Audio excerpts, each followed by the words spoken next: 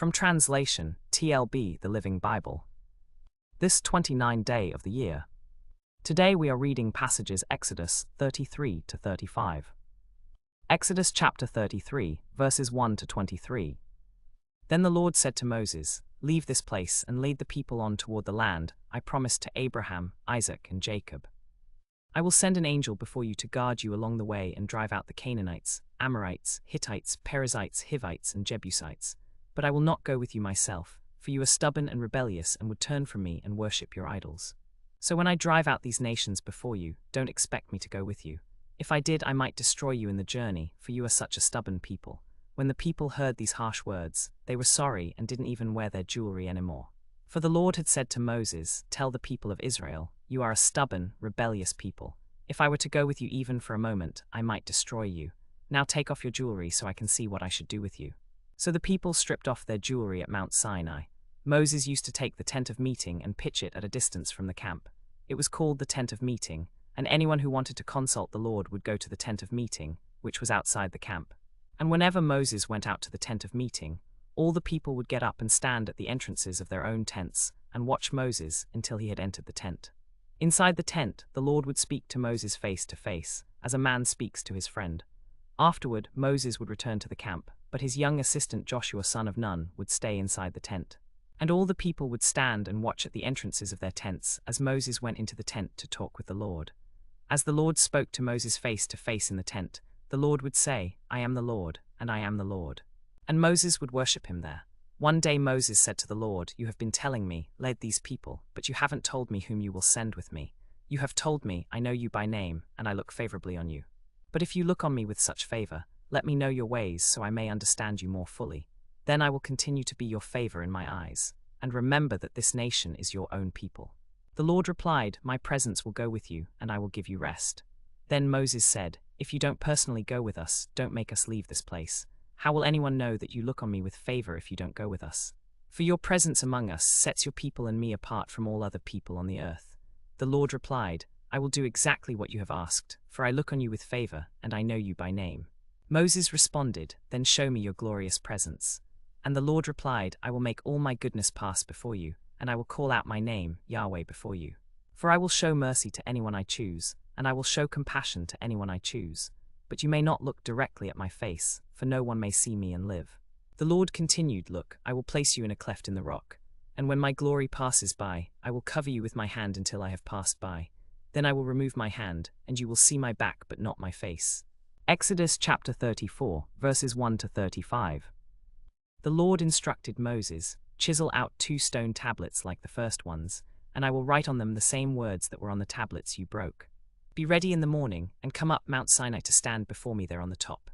No one may come up with you, and no one may be seen anywhere on the mountain. Not even the flocks or herds may graze in front of the mountain."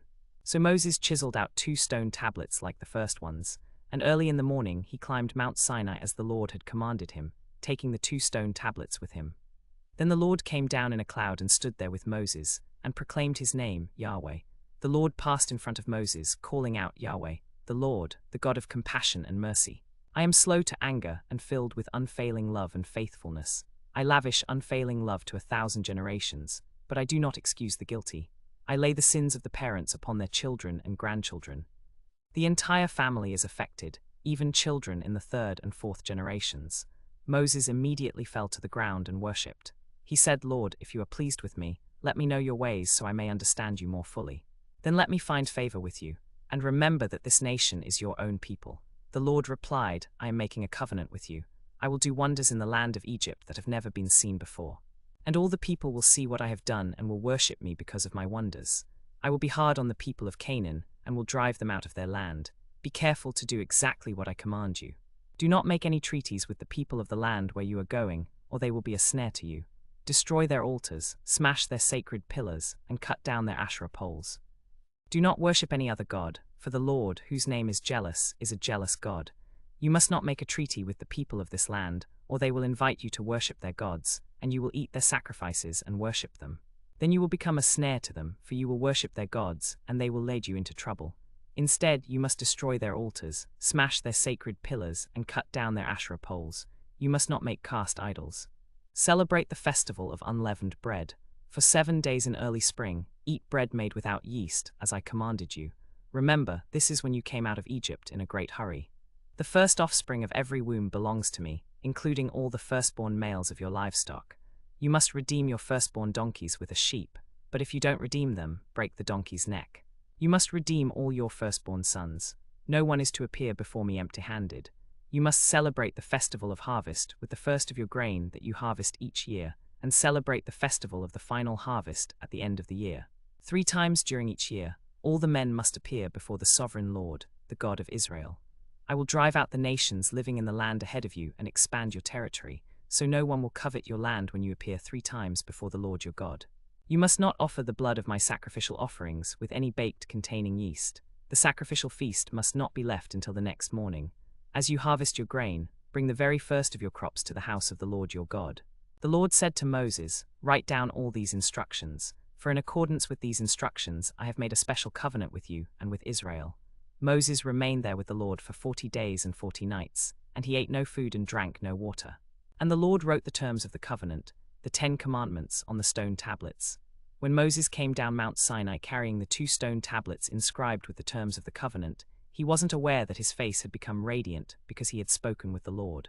So when Aaron and the people of Israel saw the radiance of Moses' face, they were afraid to come near him. Then Moses called for them, and Aaron and the community leaders came to him, and Moses spoke with them. Afterward all the people of Israel came near, and Moses gave them all the instructions the Lord had given him on Mount Sinai. When Moses finished speaking with them, he covered his face with a veil. But whenever he went into the tent of meeting to speak with the Lord, he would remove the veil until he came out again. Then he would give the people whatever instructions the Lord had given him, and the people would see the radiant glow of his face. And whenever Moses went back into the tent of meeting, as the Lord commanded him, he would remove the veil until he came out and gave the people the instructions, just as the Lord had commanded him. Exodus chapter 35, verses 1 to 35. Then Moses called together the people of Israel and said, "These are the instructions the Lord has given you. You have 6 days each week for your ordinary work, but on the 7th day you must stop working, even during the plowing harvest season.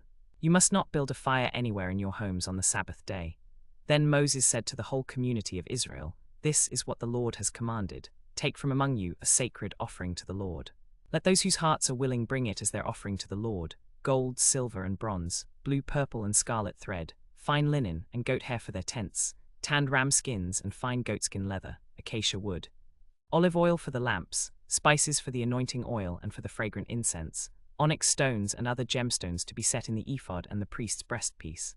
Come, let all who are skilled among you come and make everything that the Lord has commanded.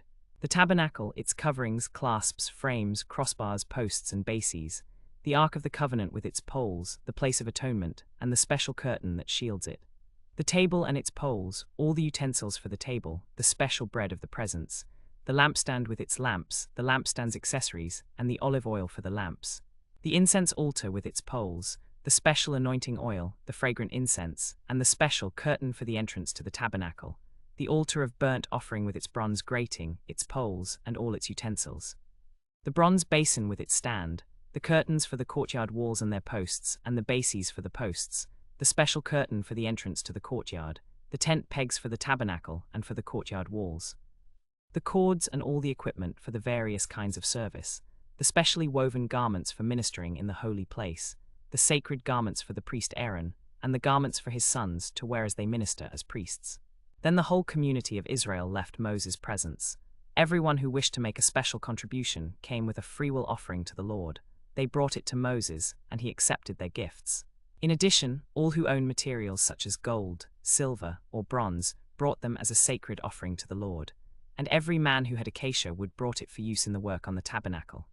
And all the women who were skilled in weaving brought special tapestries of blue, purple, and scarlet yarn, and fine linen. All the women who were willing used their skills to spin the goat hair into yarn. The leaders brought onyx stones and other gemstones for the ephod and the priest's breastpiece. And all the women who were willing, and who had the skill, spun the goat hair into yarn. The leaders brought additional freewill offerings of silver and bronze for the tabernacle, and the sacred anointing oil and fragrant incense were brought in abundance. So the people of Israel brought their sacred offerings to the Lord, as Moses had instructed, for all the work of the tabernacle of the wilderness sanctuary was to be done by them. Then Moses told the people of Israel, the Lord has specifically chosen Bezalel son of Uri, grandson of Hur, of the tribe of Judah. The Lord has filled him with the Spirit of God, giving him great wisdom, ability, and expertise in all kinds of crafts. He is a master craftsman, expert in working with gold, silver, and bronze. He is skilled in engraving and mounting gemstones and in carving wood, and he is an expert in every kind of craft. The Lord has given him special ability as an instructor to teach others. Moreover, the Lord has given both him and Oholiab son of Ahisamach, of the tribe of Dan, the skill to teach others. They are master craftsmen, gifted with the ability to work in gold, silver, bronze, stone, wood, and every kind of craft.